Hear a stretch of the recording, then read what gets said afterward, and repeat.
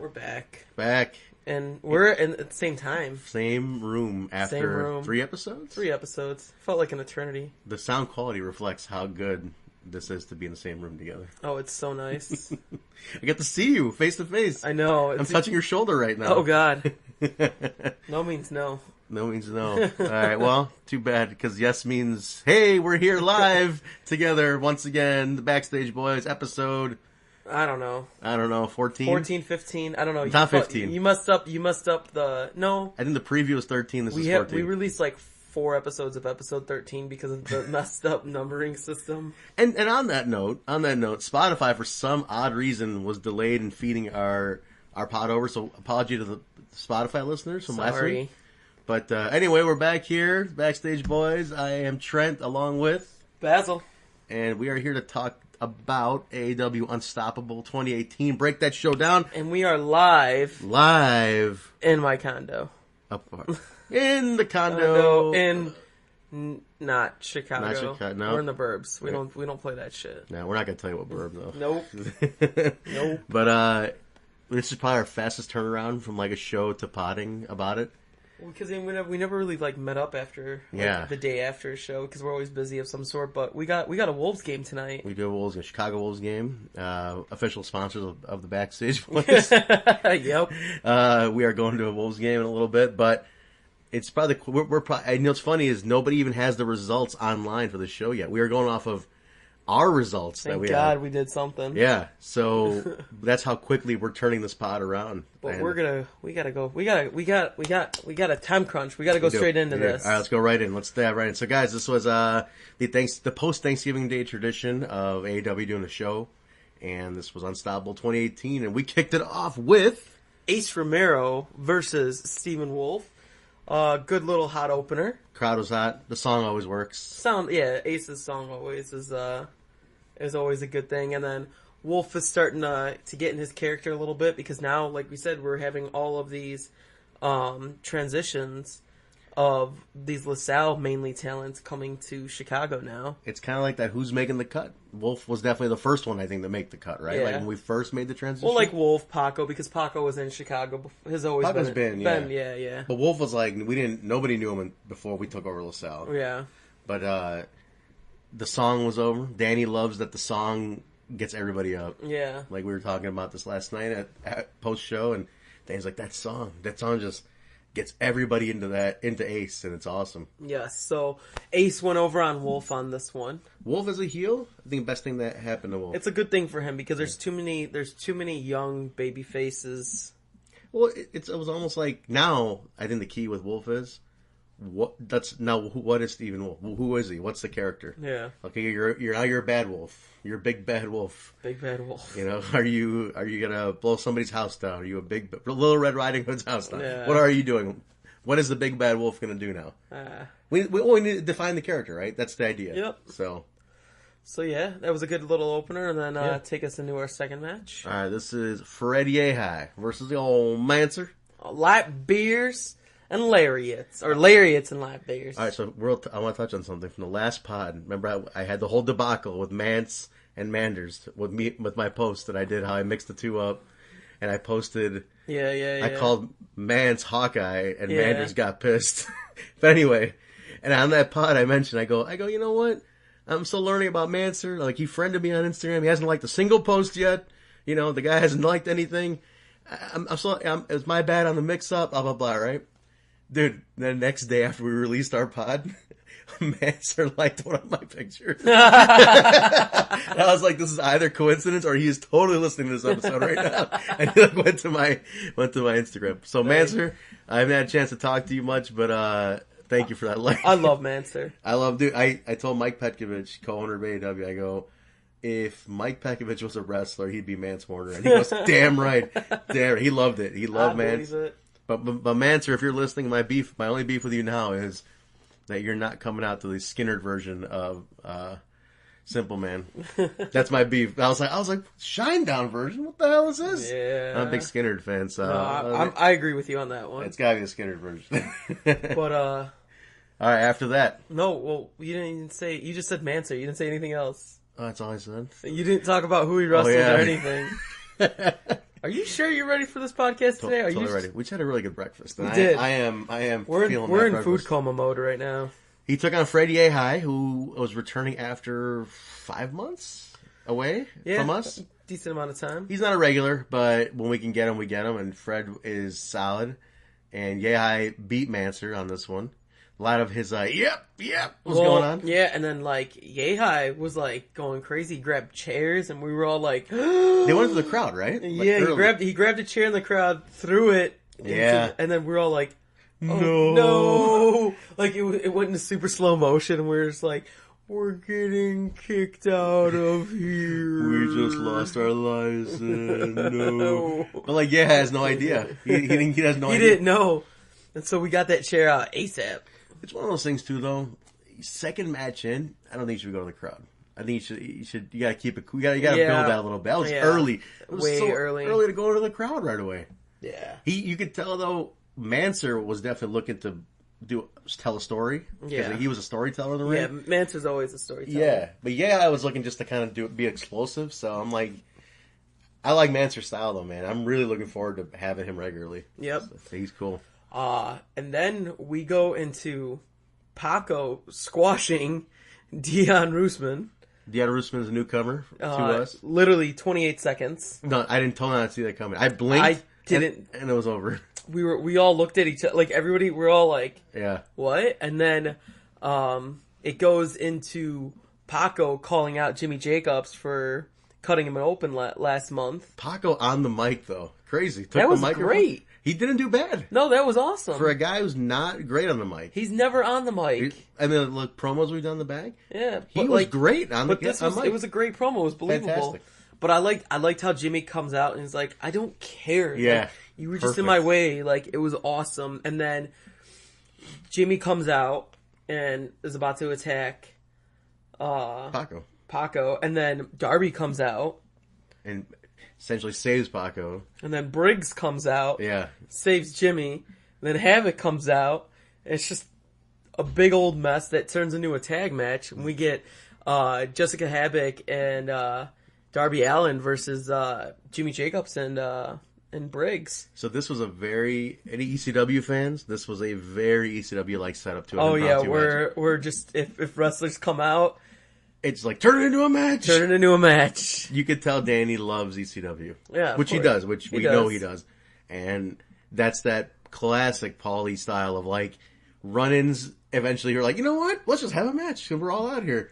Send a referee out. But it worked out really well. I really like Jessicka Havok in the intergender style matches because she can hang. She can hang. She can hang like one of the boys. She doesn't have to be treated like a women's wrestler in a men's match. She did that middle rope dive. I was like, what the hell? That was crazy. It was so hard to keep up with that match. She was it was pretty wild, man, for what it was. And it wasn't like a full intergender either. It was like Havok.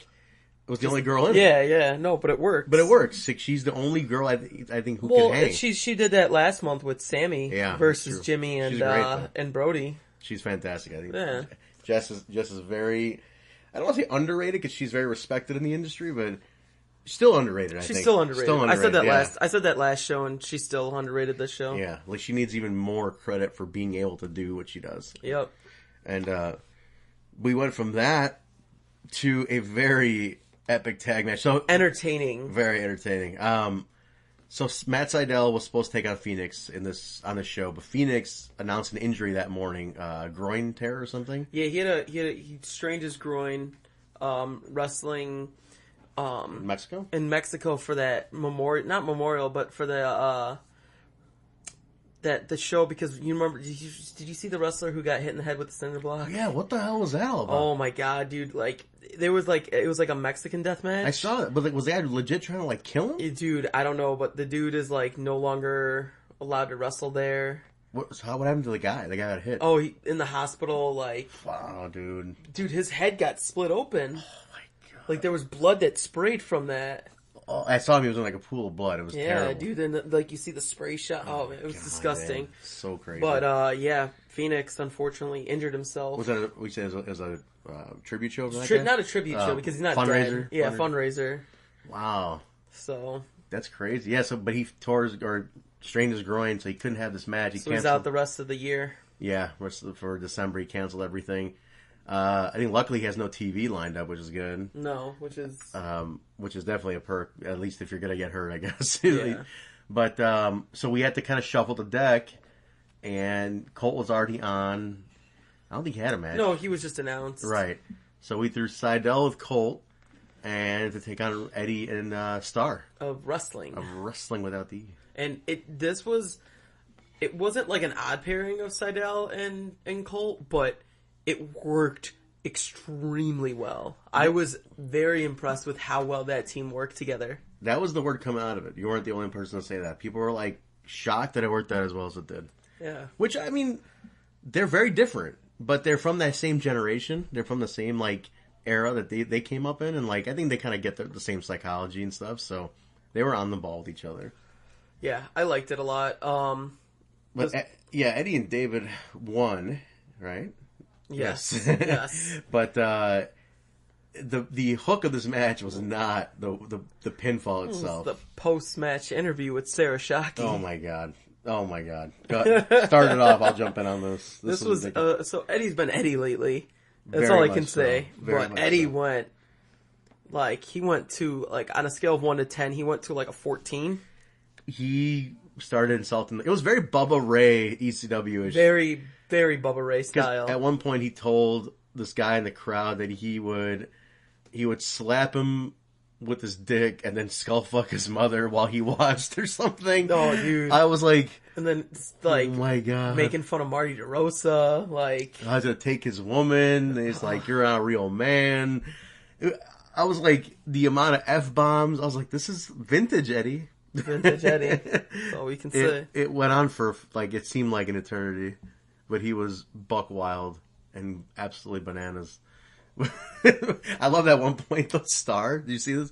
Starr was like, I noticed in the beginning of it when Eddie was really going off the rails. Starr was like trying to kind of hype into it a little bit, just kind of give Eddie a counterbalance. But when Eddie just went off the deep end, Starr just went to the corner and just sat down. He's like, there's no stopping this. Nope, I'm done. I'm not gonna be able to stop what is happening right now, and that was insane. So this next, yeah. This is the one everyone's still talking about. This is the one that everybody will be talking about for a long time. At least this week, this will probably be the one people talk about. Trevor Lee versus ACH in a non-title grudge rematch from their New Orleans show that was supposed to be at Pancakes and Pile Drivers 2. Yeah. Match went under 2 minutes. In April. In April. Yeah. This match, 60-minute draw. Unreal. There's a picture I posted of the two of them just flat out, and Stifler just look like on his knees, like next to him, that sums it up. So leaving it all in the ring. This was a grind. This was not super fast. No, it was not fast for sure. It was submission holds, locks. It was a build to 60. It was 60. It was definitely a build to 60 minutes. And I mean, I was talking to ACH afterwards, and he's like, dude, we were wrestling. If you guys noticed, we were wrestling on the edge of the ring because there was just so much sweat that pulled up in the middle of that match. Because so they started wrestling on the outside, on the edge of the edge of the by the ring by the ropes. Wow, because it was just easier. One thing I remember telling Danny last night after the show was like, and Danny agreed. It wasn't one of those Iron Man or 60-minute matches that has didn't have a lot of peaks. No. It was a very well worked 60 minutes. Yeah. But my only feedback was, I'm like, what it needed was more false finishes, because I agree. did not have enough false finishes to keep the wave going, because you had a peak, and then you would have a quiet dive, and then you have another peak, and it would just be very spike up and spike down.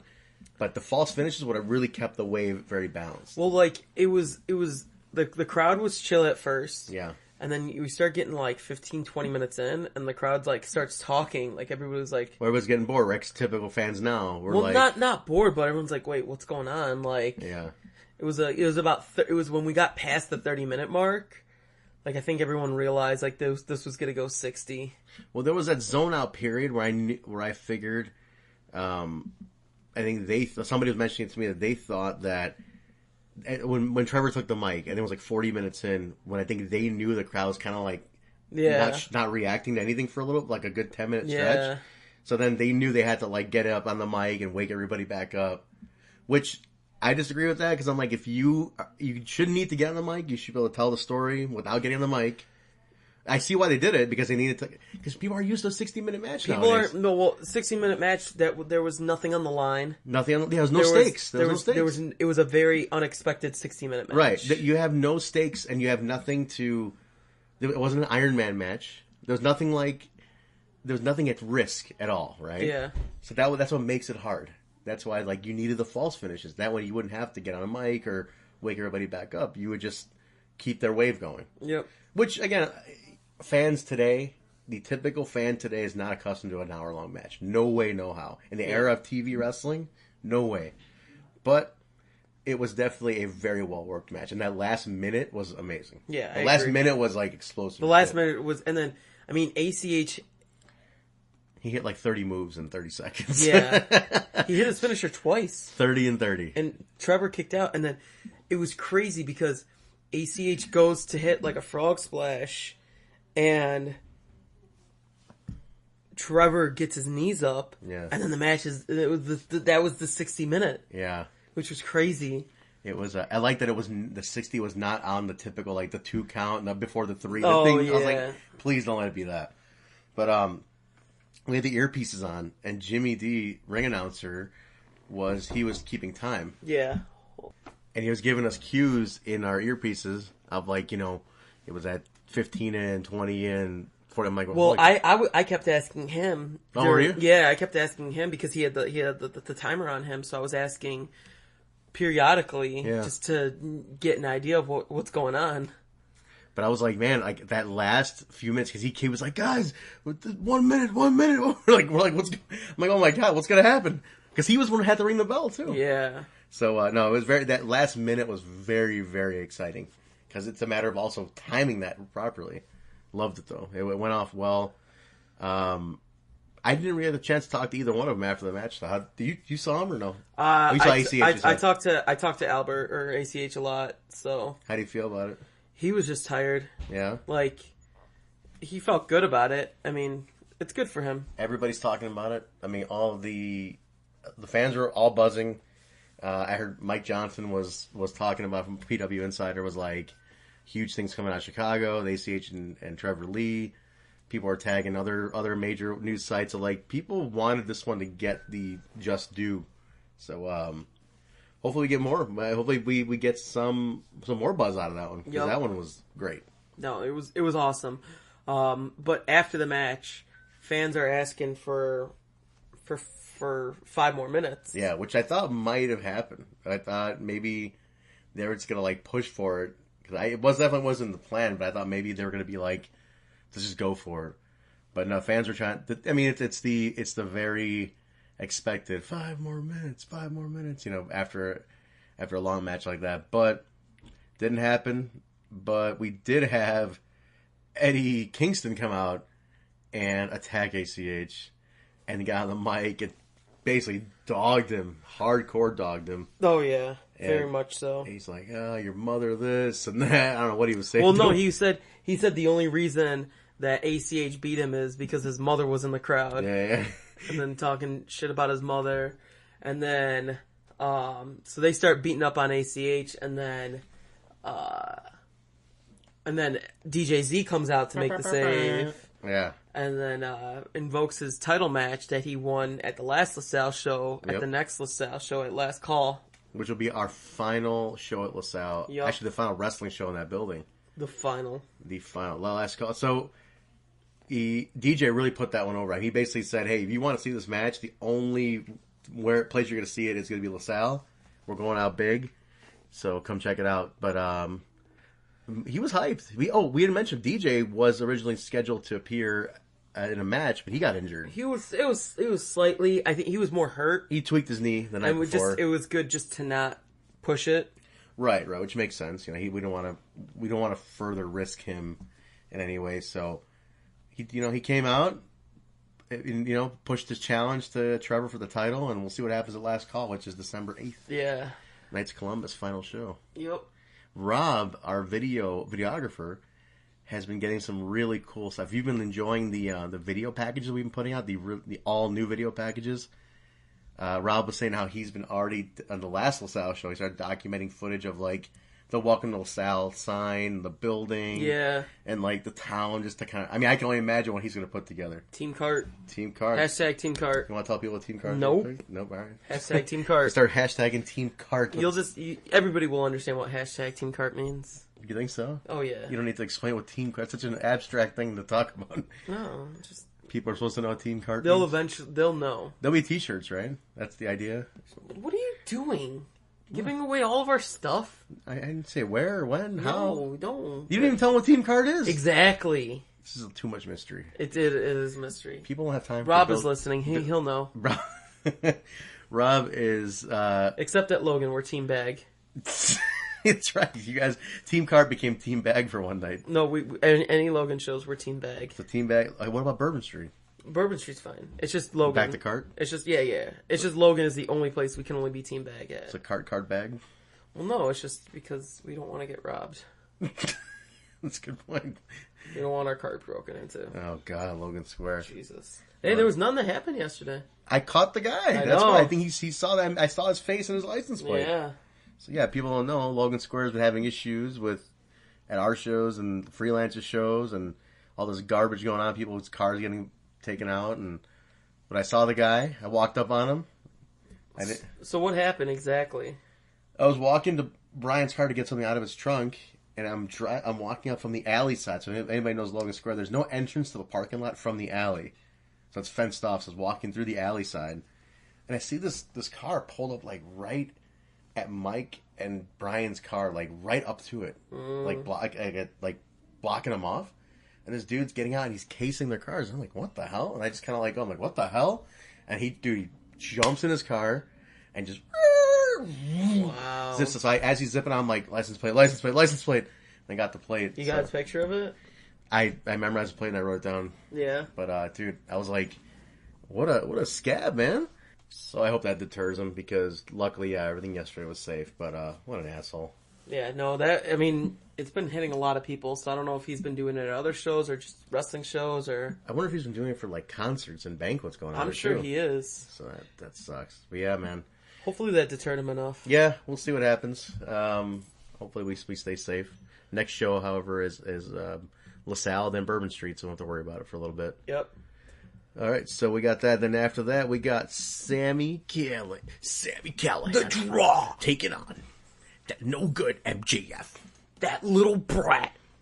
Sir, he was born with a silver spoon in his mouth. And I hate silver. I only wear gold. Like belts. Championship belts that are made of gold. Except Impact's ones. Those are silver. Impact's ones are silver. That's true. But I want everything. I want it all. I want everything.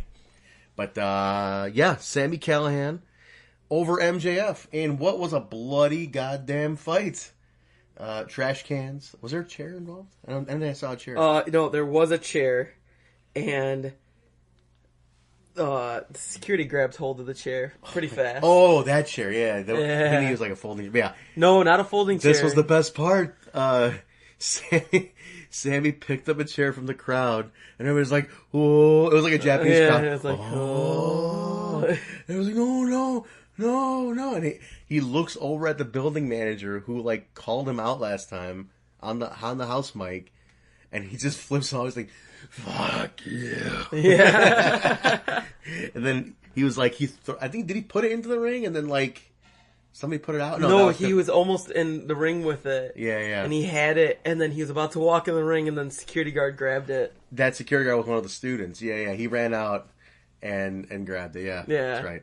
Because like the building manager told him, "Go, no, get the chair, get the chair." He ran out and he grabbed it, and Sammy was like, "What?" And he followed him out, and he slapped the security guard. Oh my god, it was so bad. It was great. Awesome though, right? Awesome. MJF got some color.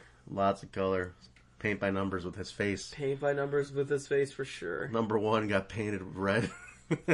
Oh man. But Sammy took him out. Was it a pile driver finish? I can't remember what the finish was. I believe so. Yeah. Sammy throws a good pile driver. But wait, let's back up for a second. Sammy throws one of the best pile drivers in my opinion. Yeah.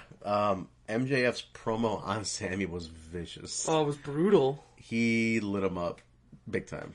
So he did not hold back. No, it was for only having one match, everybody knew how personal it was. Yeah. And this was their first match? In AAW. Yes, we looked this up before, right? They had fought before. This was their first match in AAW. Yeah. And dude, he didn't hold back. He let him have it. Yep. So I think he pissed Sammy off. Ready to go. Yeah. Good match. After that, we got the best season in the world. And I'd like to apologize because I said the band was Soundgarden. Idiot. It was Savage Garden. Savage. Hey, you make it seem like you're perfect on this thing too, Mr. Manders. You mixed up a whole wrestler, a whole person. I said something you didn't even notice it. That's how little of a mistake I made. Bryan told me yesterday. I go, how did I not catch that? Well, no, Brian tells me. I caught it on the playback. No, I caught it on the playback. I go, wait, Soundgarden, it's Savage Garden. And then he goes, Brian goes, hey, who's the besties, who plays the besties theme music? I go, it's Savage Garden. I know, Brian. I said Soundgarden. Because we listened back to the podcast. What bothered me is I didn't catch it at the time. How did I just roll with it? Because you're a noob. Total noob, man. Total noob. Idiots, both of us. Stupid. But this match was something. And Kurt Stallion. Kurt Stallion, the hardest driving man in... Literally, hardest driving. I don't know how he does it and stays sane. Kurt Stallion is... You want to talk heart and determination? This guy twice a month freaking drives 25 hours one way to go to AAW. To wrestle his match for you people. That's nuts. And he's like, I just don't want to bother anybody for place to stay and worry about things. He's hard. This is hard. I want him to move closer. I wish he would. But this was a great match. This was final. I think this was the match. This was a fun match. I wanted to see this because Stallion and something needed this big win to really establish as a tag team. And they got it over the besties. But I like that we're going to get a title match with Stallion and something versus Firefox, potentially. Potentially, yeah. Should happen. This is definitely the setup for it. Yeah. Like if you need to propel them now to the next level, this match needed to happen here. And I like Quinn's role. Yeah. She's that was perfect. It's kind of like. A little bit like with Scarlett, but there's no internal thing. Yes, yeah. So she's just your valet. She's your distracting valet. Correct. And she's very distracting with her blue hair. Quinn it to win it. That's her. She's a little fireball in a little package. She her social media is Quinn it to win it. Quinn it to win it. Very clever. Yes. Hard to forget. No. But no, they did great, man. I'm very happy for these two. Kurt and Jake are two of my favorite guys in that locker room. Same. Love those two guys. They're so cool. Yeah, it's always good to see them. I wish nothing but the best. Always. But so always something. Always something. Somebody What's his name? So. Or Boone, or as Boone would say, it's Jake. It's Jake. Why do people? His name is Jake. Why do people keep asking? It's Jake. If anybody in the live crowd yesterday kept hearing that voice way in the back, just going, "It's Jake! God damn it! What is wrong with you people?" That's Boone. That's Boone. Somebody brought up a really good point about Stallion's ring presence yesterday. How they loved that he just when they finished a match, he didn't celebrate in the fanfare of it. He kind of had that good presence coming out where he was kind of like that cocky heel coming out, and it was over. He just zipped to the back. He was like, "That's it. We did what we had to do. We're done." And then he just walked out, and he just kind of over his back, just over his shoulders, he goes, "What's his name?" And just walks to the curtain, and everybody's something. That's Stallion for you. I love him. I love him too. Next one, hit it. We got the semi-main event. We have the tag team champions of AR Fox and Myron Reed, Firefox. Okay, so our song is done now. No. Here's the new version. We got the new. We got Hot Fire, Myron Reed. His hair's not blonde. Can't you see? Do do do do. And then what was the second one? It's so bad. It makes me sad. He's hot fire. He's hot fire. Do do do. Taking on Laredo Kid and Rey Horace. Rey Horace. Okay, the promo. Can we talk about the promo? Yeah. Before you get to this. So we did a pre-match with AR Vox and Myron. Myron's like really all about the match. And then Fox comes in with, "Hey Horace, hey Horace, hey, Horse, you whore, you whore." And then we all so Myron was looking at me when I was recording this promo, and I just had to cover my mouth because I was laughing so bad, and then he just busts out laughing in the promo. He's like, "We're getting Horace." I don't know. It was so childish to laugh at, but it was just so unexpected. He's like, "Hey, just to call you him whore." Horace, you whore. If you know Fox, it made it even funnier. Yeah. But, dude, yeah, great. It was just such a chaotic promo. Oh, it was insane. They're jumping around, and we all just die laughing as soon as you yelled cut. And I was like, what the fuck? Those are the best. Oh, when we finally say cut, and then we just start just letting it all out. One day, one clip is going to get enough. I wonder what the fans, because some fans are sometimes in the hall. Around the corner. The corner, and I wonder if they can hear us when we're just busting out laughing. Because you could definitely hear Keith with his "and five, four." Yeah, we did that a few times. We're cutting a promo. Shoot a promo. And 5, 4, 3.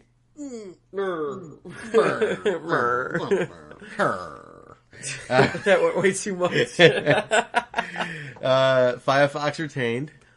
Good, energetic match. What you want? You got all 4 high flyers. Yes. So it's exactly what you think it was. You needed that after because Sammy and MJF was brawler style. Besties and Jake and Kurt, that was more of that hybrid brawler, high flying, but it was more brawler. So this was a good way to uplift everything. Yeah, big time. Big time. Got everybody really, really jazzed up. But title retention, these guys are definitely on fire. Yes. And then we led to, what is it? The next talk of the town here. Oh yes, this was a personal favorite of mine. This is the women's title match, which was again the main event. We had a women's title match. We got the balls to main event women on our shows. Yes, but it was full on women matches. It was great. Yeah, Kylie Rae challenging Kimberly. AAW Women's Championship. And this is not their first encounter. I mean, Kimber got the best of her with her buddy, the Brass Knucks. She loves those Brass Knucks. Yeah, they came into play in this match, and it backfired. It did backfire, but, dude, can we talk about the crowd for a second on this one? Oh, they didn't sit down the whole match. No, the crowd was... I mean, Logan Square Auditorium is Kylie's house. That is where everybody... That's where Kylie got her big break in Chicago, was in that building. And she's local. She's a Chicago girl. Yes. You know, she's from here. She cut her teeth in this town. She's ours. Yes. There's not many of them from Chicago. Even DJ is from Chicago, but he's not from Chicago. Yeah, he lives here. He lives in Chicago, but Kylie's born and raised. Right. Out of that whole roster, I'm looking at it right now, she's the only local.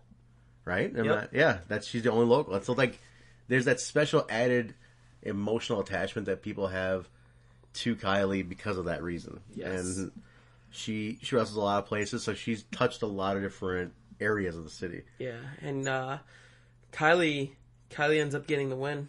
Kylie's your third AAW Women's Champion. Dude, the place came unglued. Dude, she cried. I mean, she cried out there. She cried in my arms. She cried when she saw Danny. She cried all the time. But it was vindication because there's not many independent wrestling women's titles that aren't for an all-women's company. Yeah, really good point. There's Progress that comes to mind. They have women's title. AEW now. Mm-hmm. Anybody else? I can't think of anybody else. I mean, obviously, WWN has Shine. There's Rise. There's... those are women's promotions. Yeah. I mean, obviously, there's Shimmer. But this was where we actually have a division. Yeah. Right? And that's cool, man. No. And I really think Kylie as the champion will... It's gonna make something bigger because Kylie's a good role model for children, young women. That's a really good point, actually. She's like...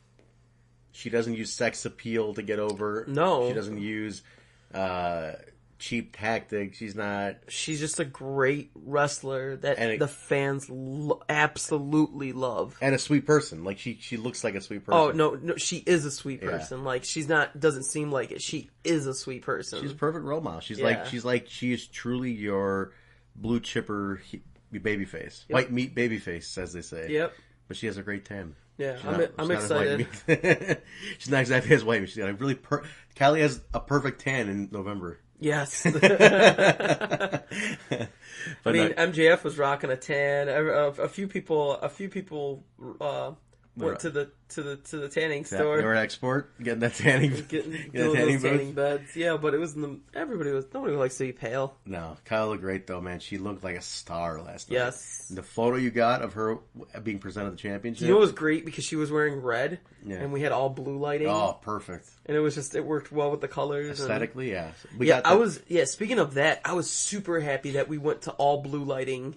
That was all Brian. Instead of red and blue. That was all Brian. Brian Thank did that. God. Yeah, Brian was like... I had no idea, and I was like, please no alternate lighting, because the alternate lighting sucks. Yeah. But the all blue was perfect. So Brian also turned up the house light to the highest setting. Okay. And then he did the blues to get... Because I was like, can we perk it up? And he did that, and then he already had the blue in place. So I think, No, that worked good. well, and then I white balanced before, and I'm very happy with how the pictures are going to be coming out. Yeah, it was definitely very, very aesthetically pleasing last night. But what a celebration, man. We did all that. We had a lot of promos in between. You know, we had MJF, Besties, Firefox, Kimber.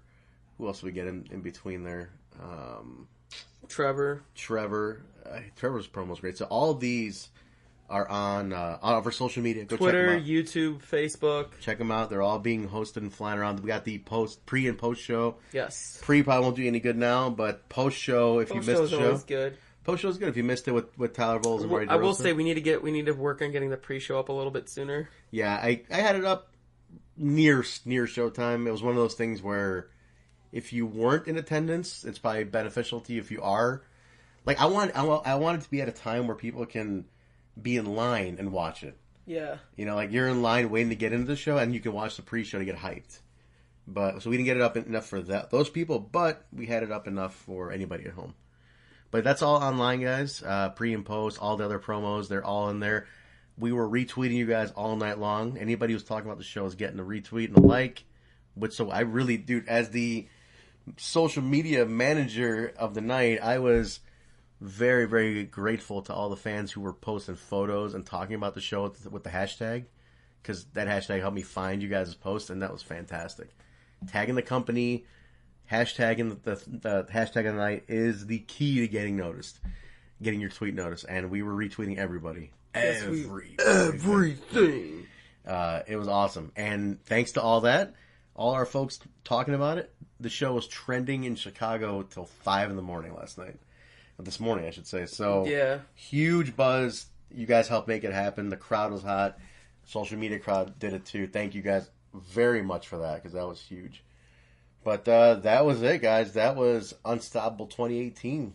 And we look forward to LaSalle on December 8th for Last Call. We are saying farewell to the Knights of Columbus. Yes, we are. Danny was like, I'm going to miss it when it's gone. I'm going to miss it.